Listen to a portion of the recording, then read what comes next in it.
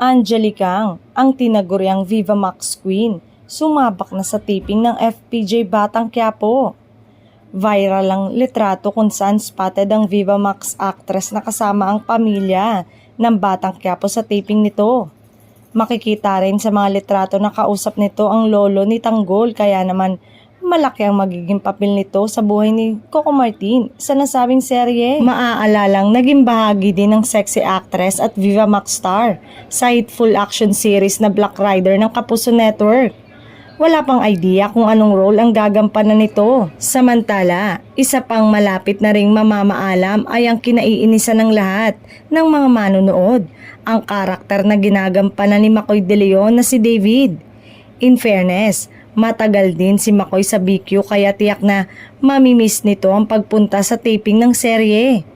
Palaisipan din kung nagkaayos na sila ng partner niya in real life na si Ellis Joson. Pasabog nga ang pagbubukas ng bagong taon para sa FPJ Batang Quiapo dahil sa isang teaser na inilabas ng ABS-CBN. Nagbabadya ang makapigil hiningang sagupaan sa mga susunod na episode. Tampok ang mga engkwentro ni Tanggol.